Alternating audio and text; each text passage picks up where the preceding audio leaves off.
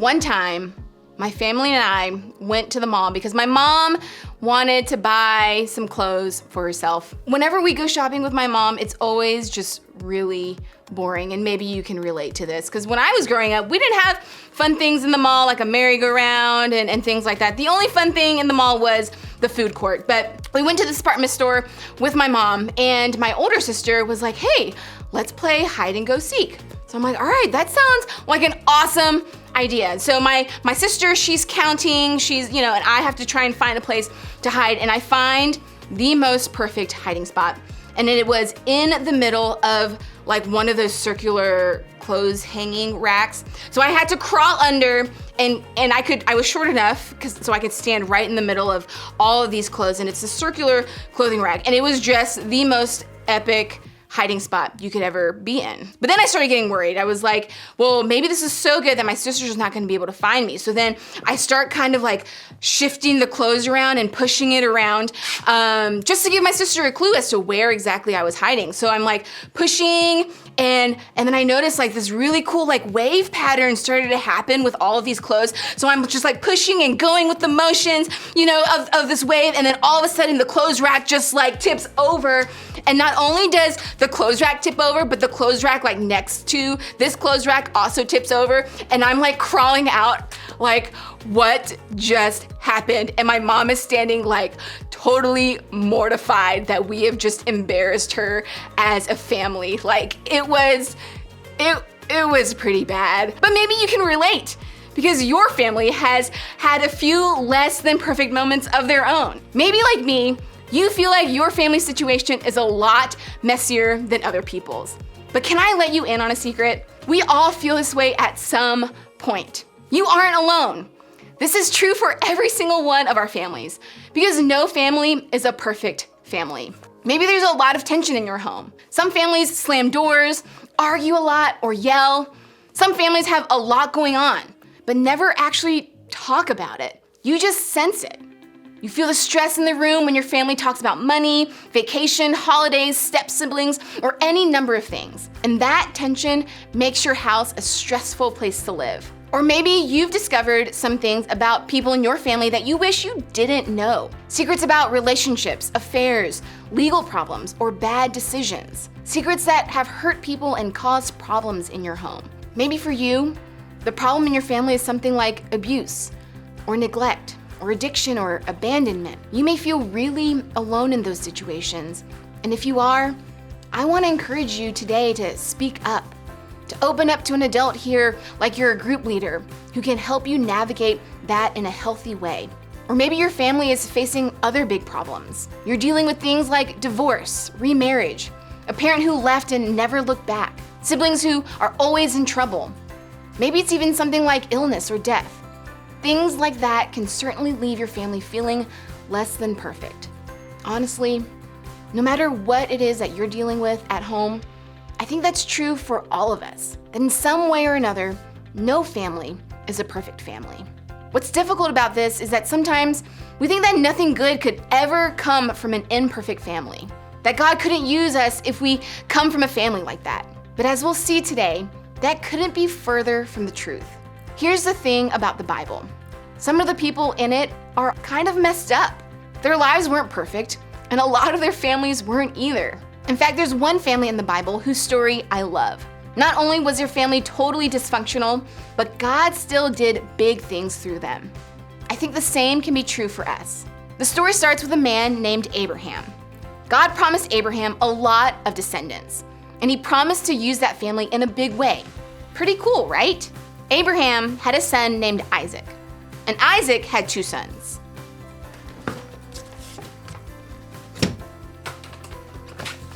And Isaac had two sons, twins named Jacob and Esau.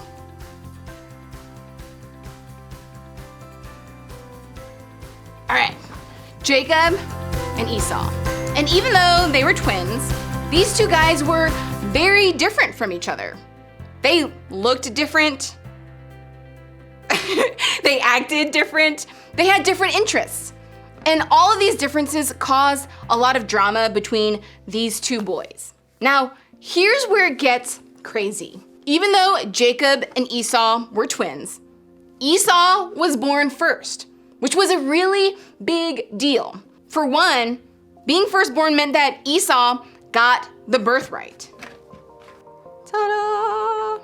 He would be in charge of the family wealth and property when their father Isaac died. And second, being the firstborn meant that Esau not only got the birthright, but he also got the blessing. Ah.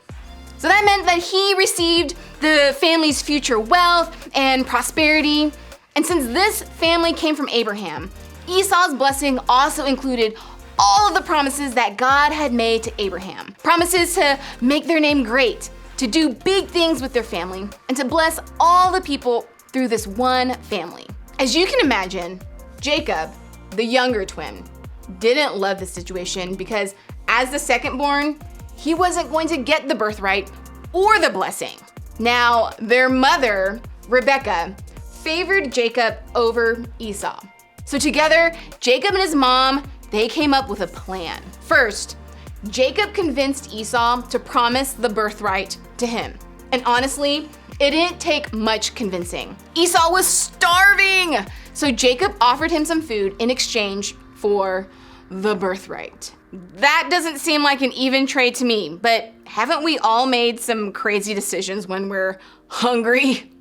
With the birthright now his, all Jacob needed to do was trick his father Isaac into giving the blessing to him instead of to his brother Esau. Now, because Isaac was older and towards the end of his life, his eyesight wasn't so great. Jacob's mom helped disguise Jacob as his brother Esau so that Isaac would give him Esau's blessing. And here's the crazy thing. It worked. Isaac gave Jacob the blessing that was promised to Esau. Of course, when Esau came in a few moments later, he had no idea what his brother Jacob had done. When their father Isaac realized what had happened, look at how it played out. When Esau heard his father's words, he burst out with a loud and bitter cry and said to his father, "Bless me too, my father." But he said, "Your brother came deceitfully and took your blessing." Esau said, "Isn't he rightly named Jacob? This is the second time he's taken advantage of me. He took my birthright, and now he's taken my blessing." Then he asked, "Haven't you reserved any blessing for me?" Isaac answered Esau, "I have made him lord over you and made all his relatives his servants, and I have sustained him with grain and new wine. So what can I possibly do for you, my son?" Esau said to his father, "Do you have only one blessing, my father? Bless me too, my father." Then Esau wept aloud. Trust me, it only got worse from there. After some heated conversation, we come to find out that Esau planned to kill his younger brother Jacob. Their mother sent Jacob away to protect him, breaking up their family completely. What's the point of this insane story? Well, it's that the story didn't just stop there.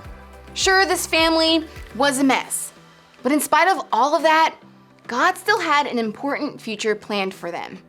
He had promised something great to Abraham, and a messed up family wasn't going to change that. Their family didn't have to be perfect for God to use them. Hundreds of years after this had happened, the writer of the book in the Bible called Hebrews looked back on the story. And there, the writer didn't talk about the mess or the bad choices or the pain in this family. Instead, they wrote this: "By faith, Isaac blessed Jacob and Esau in regard to their future." Isaac did eventually pass on a blessing to Esau. It wasn't the same as the original blessing that Jacob stole, but it was something. It was an act of faith. Even though there was a lot of really bad moments in their family, the very act of Isaac passing on a blessing to his family was an act of faith. It was a way of saying, I believe what God is about to do in our family and that it's true. I believe He has something good for us and in our future. God had a plan for this imperfect family. And even in the middle of so much pain and so many problems, they trusted Him to come through. And that's what I want for each of us. You see, your family doesn't have to be perfect for God to use it. Seeing how God didn't forget about a less than perfect family back then can give you hope that He'll do the same for your family today. In fact, for a lot of you, The most hopeful thing about this lesson is that no family is a perfect family, but God works anyways. Being imperfect isn't the end of the story, which is a huge relief. You don't have to be perfect for God to use you, and your family members don't have to be perfect for God to use them. You don't have to come from a perfect family to be able to do amazing things. Here's what I want you to try. First, choose to believe God is working anyway. Your family will mess up. They aren't perfect. Your siblings will borrow your stuff without asking. Your stepmom will yell at you. Your dad will disappoint you. No matter what your family looks like, they aren't going to be perfect. The next time that happens, instead of getting frustrated and shutting down, have faith that God will somehow use your family anyways, that He's working for your good, that He's with you in the mess of your family, and that He can still use your family for His good. And second, stay connected to your family. Most of us tend to want to avoid our families when things get really messy. We stay in our room, we put our earbuds in, we keep our eyes glued to the screen, we just ignore everyone and everything. But what if, instead, you made the choice to stay connected? What if you tried to talk to your mom, or hang out with your grandpa, or forgive your siblings? Trust me, you don't want to miss out on being part of the incredible story that God is writing in your family. So this week, try to stay connected to your family even if you don't feel like it. Now, here's the thing. For some of you, I know that staying connected to your family isn't the best option. In fact, it's not an option at all, because the stuff that makes your family imperfect is more than just frustrations or annoyances. It's things like abuse, neglect, alcohol, and drugs. It's the kind of stuff that makes staying connected to your family simply not safe. If that's you, I want to encourage you to instead connect with someone who is like family. Open up to a group leader, a teacher, a neighbor, a coach, or any trusted adult in your life who cares about you. Connect with them about what's happening in your home so that they can help you take the next best step. I know that may be scary, but adults like your group leader are here for you for that very purpose, to connect with you when you need it the most. Remember, your family doesn't have to be perfect for God to use it. God uses imperfect people and imperfect families for His good. I believe that's true in my family, and I definitely believe it can be true in your family too. Now, as you head to group, hopefully it's comforting to know that you aren't the only one who has an imperfect family. That maybe the person sitting next to you has a story similar to yours. It's normal to feel like you're the only one going through something. But what's great about your group is that you can connect with someone who knows how you feel. And in the process of doing that, you get a chance to learn about all the things God is doing in your lives. As you head to group, I want you to think about this question. What's one great thing you hope God will do in your family?